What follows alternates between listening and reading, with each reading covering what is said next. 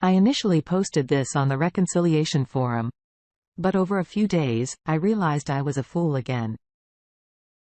My wife and I are about 2 years post-affair. Discovery. Here's the brief backstory. Wife had an emotional affair with her former boss. It had been going on for years before it hit my radar. We were friends with him and his wife and did couples things together from time to time. But my wife and him started to run together, and that's when it started. In hindsight, I feel a little stupid not picking up on it much sooner than I did. But I completely trusted my wife and believed she was telling me the truth. It was a deep trust which wasn't typical for me with previous partners, and their relationship started to bother me, but I kept it to myself. I didn't even know about the concept of an emotional affair. At that time, around the time it started bothering me, we decided to move out of the state across the country to be closer to family and for better place to raise our young children. I felt better about the situation because they would not be working or running together again. At this point, I was worried only about a physical affair with no concept of an emotional affair. After we moved, they continued to message each other and talk on the phone from time to time. I was okay with that only because I thought it was accruing a lot less than it actually was. Fast forward a couple of years, and we are in marriage counseling. The reason for the counseling was we were having a recurring argument about her not living up to her end of the agreement to resume working after the kids were in school. During the counseling, she brought up that she missed her old friends. She listed female friends but also listed her old boss. She said there was a half marathon coming up in his town and she wanted to go run it with him and his wife. I agreed. We resolved the before-mentioned argument, and that was that she flies out there for the race, and I called her the first night. Turns out his wife was not in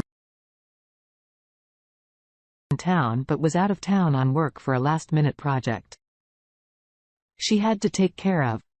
My wife knew about her not being there prior to going but never told me about it. I started to dig that weekend.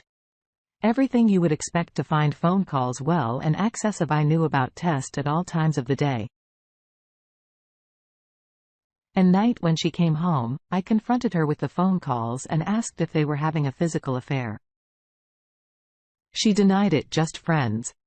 I'm being controlling and paranoid, classic playbook stuff. This was the beginning of a year. A living hell, which I could have saved myself from if I had been more educated about affairs and how they work.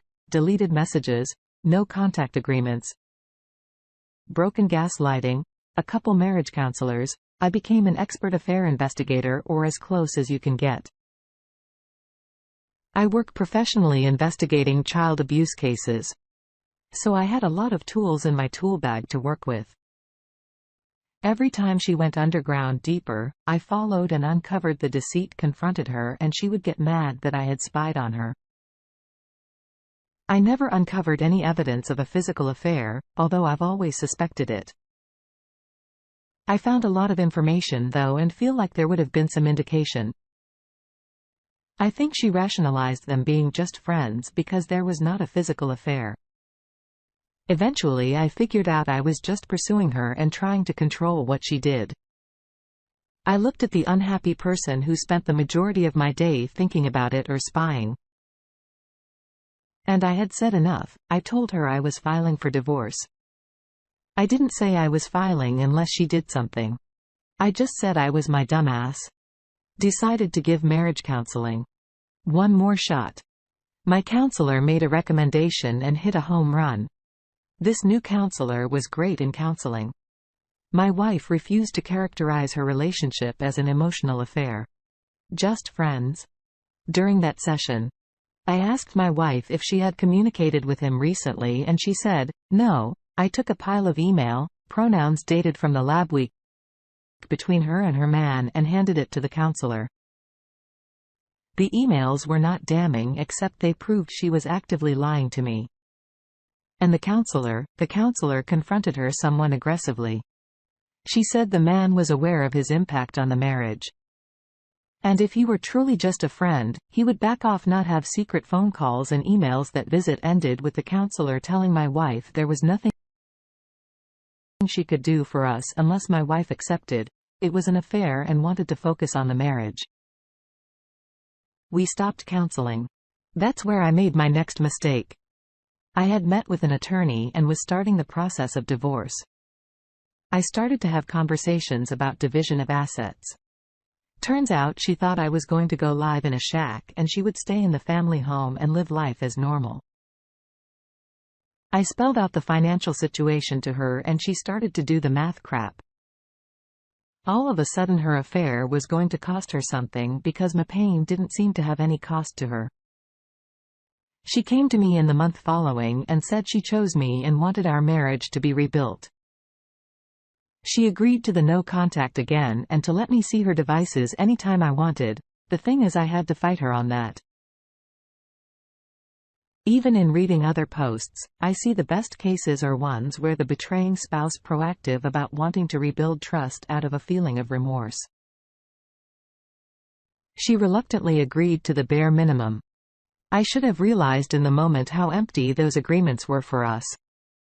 Since then, things have actually felt pretty good. Sex is good time together. Seems meaningful. I had initially asked to see her devices a couple of times and she complied. I eventually decided to resist asking to see her devices if she was going to cheat again. I couldn't stop that. And I knew that if she started up again, I would figure it out eventually. Even without spying, I didn't want to live a life being a full-time investigator at home. 2 years since I discovered the emotional affair, I started to get that nagging feeling. She was visiting my mother with the kids in California. I couldn't go because of work. I messaged her and asked for the login information for her work computer. Keep in mind it had been a good 9 months since I asked to see anything and maybe 4 times total since she agreed to let me see them.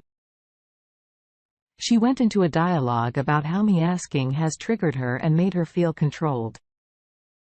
She said she wanted to be with me when I looked at it, which was a week away. I figured since she didn't have possession of the laptop, it was secure. I figured I could wait a week. What I didn't expect is the emotional creep that's occurred during that week. I feel like I did during the bad times. She's home now. I haven't seen the computer. I asked for permission to hold on to the computer until she was ready for us to look at it. I didn't want her to be able to do cleanup. I'm assuming she has access to work email remotely since it's strange she hasn't wanted to attend to work emails.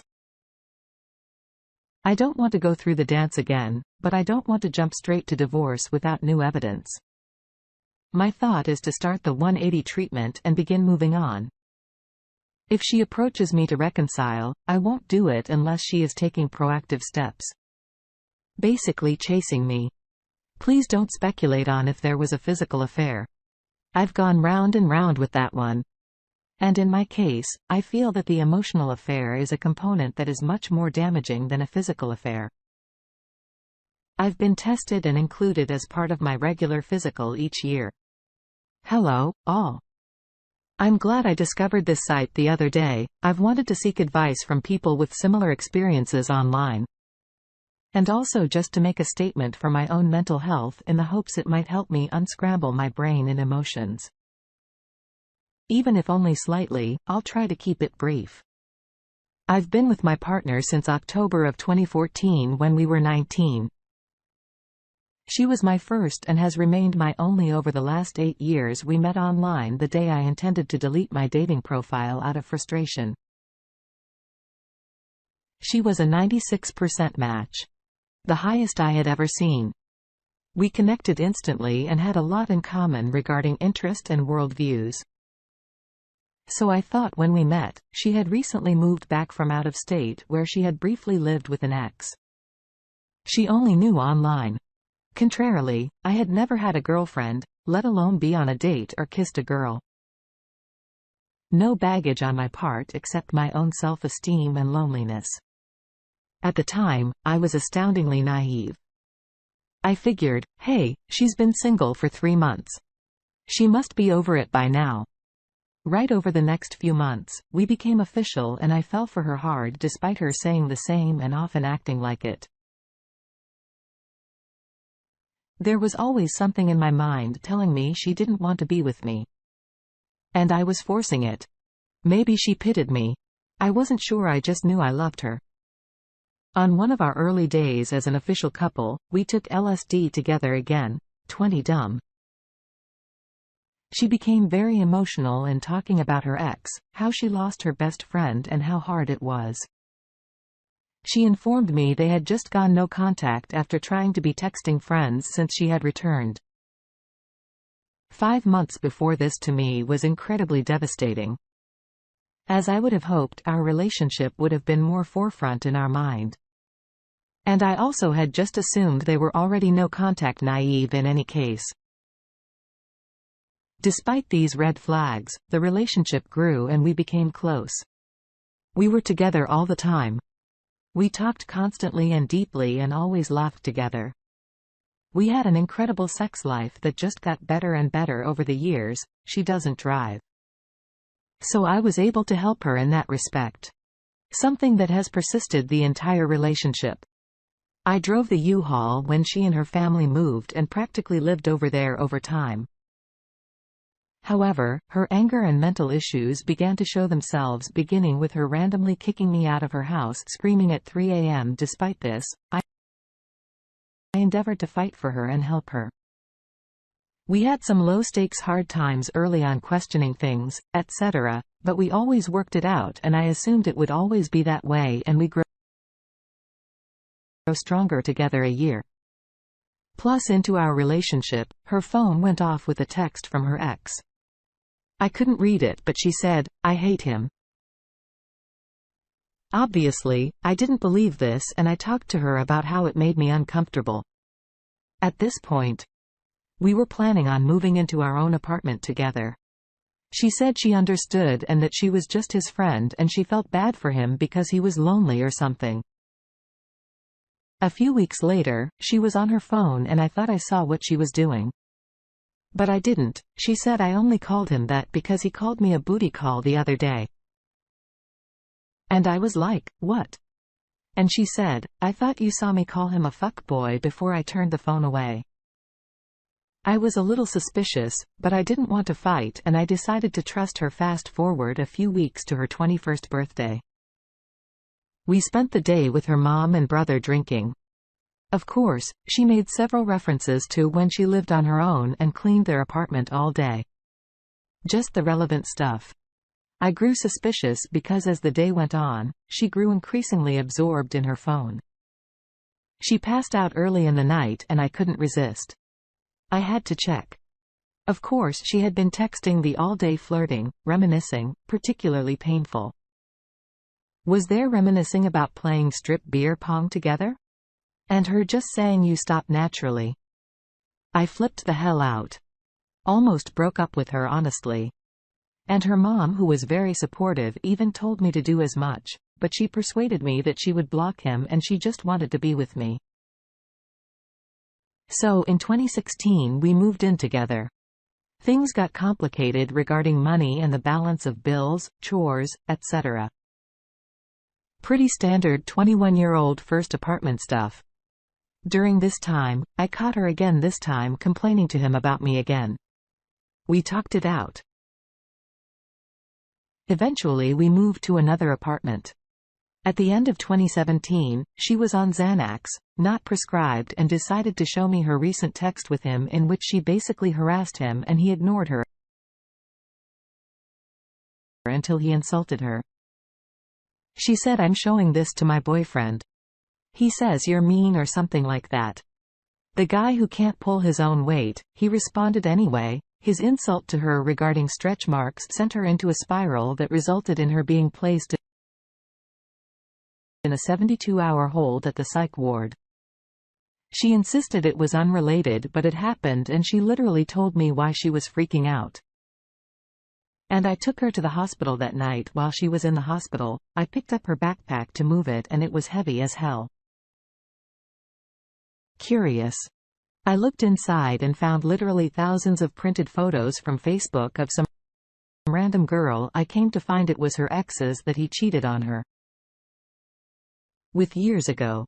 When I asked about this later, she said she had a crush on her, which doesn't make much sense because as far as I knew she is and has been heterosexual. All of this is just a sea of red flags, obviously, but I was dumb and hopelessly in love. Fast forward to 2019. And these things were in the past. We were doing better as far as this business was concerned. But our other issues persisted and I obviously had lost a lot of trust in her and honestly, her mental stability. I was in school and I had to borrow her laptop for class. One day I opened it up at school and she had left her Facebook open. She was talking to him again, this time about their future family and how they'll always love each other. And funny enough, dissolving into an argument and him ignoring her. I left school and confronted her and I don't even remember how, but we made up and she convinced me again. Just a month or two later, an interesting development occurred. She would often have me bring her to her mother's house when we were fighting or she was depressed. I took her there one night and went to pick her up later. She was incredibly drunk. I'm not proud, but my trust was at its lowest and my paranoia was at its highest. And I looked at her Snapchat. She had been having a conversation with the first from before the aforementioned ex, like from high school. I will refer to him as X0 from here to differentiate. It was devastating. My mom says you're a player. I'm down to mess around, just don't hurt me. I can't handle it. And her basically agreeing she would have sex with him in his car. I immediately left and went to my parents' house again. Somehow we reconciled. She blamed it on her mental health and alcoholism, as she often did in the past after this. I basically stopped caring. I didn't look at her phone at all. Occasionally I would ask her and she'd say she hasn't talked to either since that night. And I just accepted it though. Not internally. My trust was absolutely shattered. It was like this for the last 3 years with no incident that I was aware of. Other issues took the forefront. We come from different backgrounds. Her mother was an alcoholic and her dad spent 20 years in prison, while I'm blessed to still have my entire family intact and supporting me. I transferred to the university from community college and my workload increased significantly and my ability to work a paying job decreased as well. We've been living apart since the death of her mother when she moved into her friend's house. Apart from doing COVID when I lived there as well. For about a year, I started my last semester at school this fall. Excited to finally end it and get on with our life together. I still went to her place almost every night and she depended on me for so much, from cleaning her house to even dressing her, sometimes like a freaking child. The night before Halloween, we got into a big fight and I left her house. She threatened to harm herself. A favorite tactic of hers because she knows how this affects me. I blocked her number. It was a bad fight and we were drunk. She sent me a voicemail that sounded like she was walking down the street and a weird noise that in my paranoid mind was her jumping off a bridge. I called her brother distraught, asking if she was okay. He was vague. She's fine, but then he slipped up. She has someone looking out for her right now. This hit me like a ton of bricks. Who he clammed up. I think he thought our fight happened because I already knew you're not going to like it. It's X0. Despite everything, this blew my mind and shattered me. He told me she'd been seeing him for at least the last month. That's when I realized the sound in the voicemail was a car door opening and closing. I unblocked her and told her I knew and that I was blocking her again. 24 hours later, after the worst day of my life, she reached out over email to apologize. Vaguely. I think she hoped. I didn't know exactly everything. And I told her how much she hurt me and went on an unhinged angry rant. She was remorseful and cooperative and told me everything. Supposedly, it had been going on since shortly after I returned to school. They had had sex 4 times. Basically every weekend. She says she was so drunk the first time she barely remembers but insists he wore protection. Despite the fact that she was so drunk, it was supposedly pitch black and he tried to convince her to go raw naturally. I still assume it was unprotected since she can't be trusted for numerous reasons. Nor can he, I suppose. Anyway, over the past 2 weeks, we have been discussing things. The first week she answered all my questions, was so remorseful and apologized. We tried to go no contact after our first conversation, but I slipped up. I don't know what my problem is. I guess I felt she was the only one who could help me process this shit. Weirdly enough, this week though, she started drinking again, flip-flopping between her apologies, telling me it's my fault for neglecting her, begging me to tell her we can get back together. We went out to eat and it turned bad. I went to her house the next night and it was relatively fine and we had an emotional conversation. Then the next night I went over and it was bad. The next night, she convinced me to come over again and it was horrifying. I panicked so bad. I knew I didn't want to be around her and she was just making me hurt more by confusing me and being crazy and preying on my pity and love for her and begging me not to leave. The last 2 days. We've been texting quite a bit. She knows we are not together. She keeps asking me what can she do to fix things. Begging me to stay over at her place, which is a huge no, go for me now, and then shifting to anger and blaming me, calling me a loser, etc. I'm just so hurt and confused and I feel like I can't get away from her. I know no contact will drive her insane and I still worry about her harming herself. Although it's a bit of a boy who cried wolf a deal at this point, as terrible as it is to say, I know I will never be able to trust her again. I know I don't want to be with her. I view her differently.